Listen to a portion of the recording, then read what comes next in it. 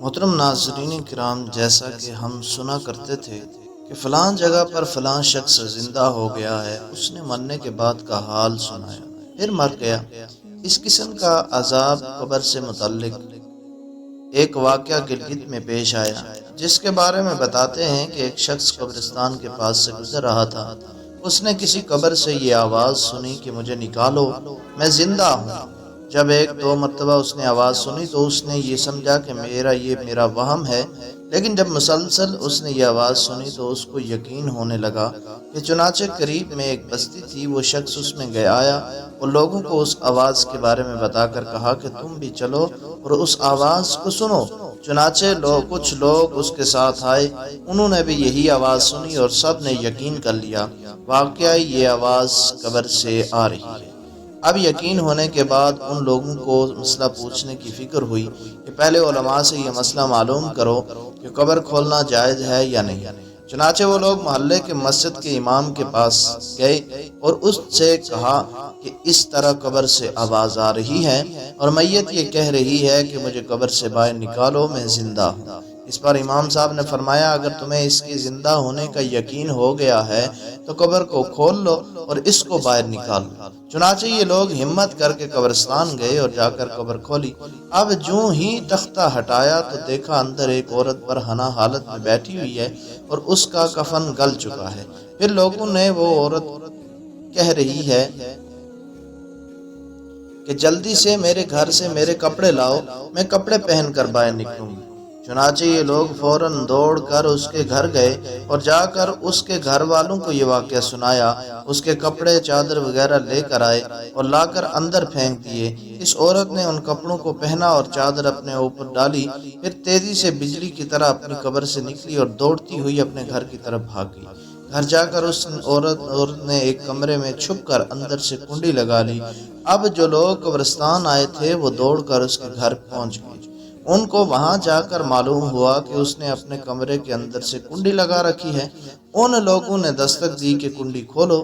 اندر سے اس عورت نے جواب دیا کہ میں کنڈی تو کھول دوں گی، لیکن کمرے کے اندر وہ شخص داخل ہو جس کے اندر مجھے دیکھنے کی تاب ہو، اس لیے کہ اس وقت میں میری حالت ایسی ہے کہ ہر آدمی مجھے دیکھ کر برداشت نہیں کر سکے گا، لہذا کوئی دل گردے والا شخص اندر آئے اور آ کر میری حالت دیکھے۔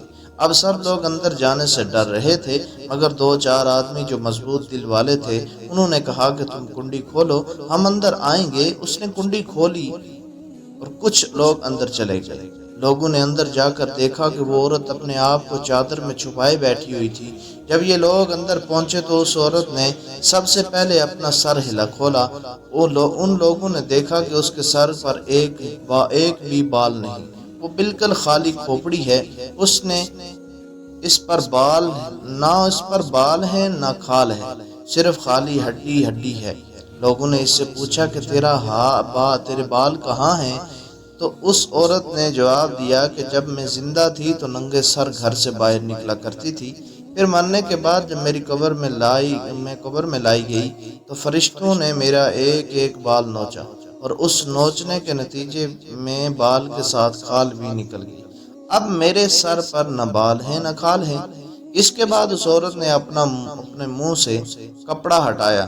جب لوگوں نے اس کا منہ دیکھا تو اپنا خوفناک ہو چکا تھا کہ سوائے دانتوں کے کچھ نظر نہیں آیا۔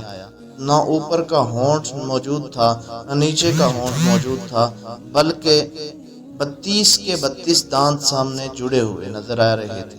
سوچئے اگر کسی انسان کے صرف دانت ہی دانت نظر آئیں تو کتنا ڈر اور خوف معلوم ہوتا ہے۔ اب ان لوگوں نے اس عورت سے پوچھا کہ تیرے ہونٹ کہاں ہیں؟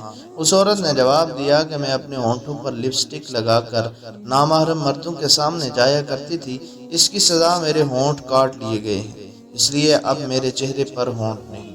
پھر اس عورت نے اپنے ہاتھ اور پیروں کی انگلیاں کھولی۔ لوگوں نے دیکھا کہ اس کے ہاتھ اور پیروں کی انگلیوں میں ایک بھی ناخن نہیں تھا، تمام انگلیوں کے ناخن غائب تھے۔ اس سے پوچھا کہ تیری انگلیوں کے ناخن کہاں گئے؟ اس عورت نے جواب دیا کہ ناخن پالش لگانے کی وجہ سے میرا ایک ایک ناخن کھینچ لیا گیا، چنانچہ میں یہ سارے کام کر کے گھر سے باہر نکلا کرتی تھی، اس لیے جیسے ہی میں مرنے کے بعد قبر میں پہنچی تو میرے ساتھ یہ معاملہ کیا گیا اور مجھ سے یہ سزا ملی کہ میرے سر کے بال بھی نوچ دیے گئے، میرے ہونٹ بھی کاٹ دیے گئے، ناخن بھی کھینچ لیے گئے۔ اتنی باتیں کرنے کے بعد وہ بے ہوش ہو گئی اور مردہ بے جان ہو گئی جیسے لاش ہوتی ہے۔ چنانچہ ان لوگوں نے دوبارہ اس کو قبرستان میں پہنچا دیا۔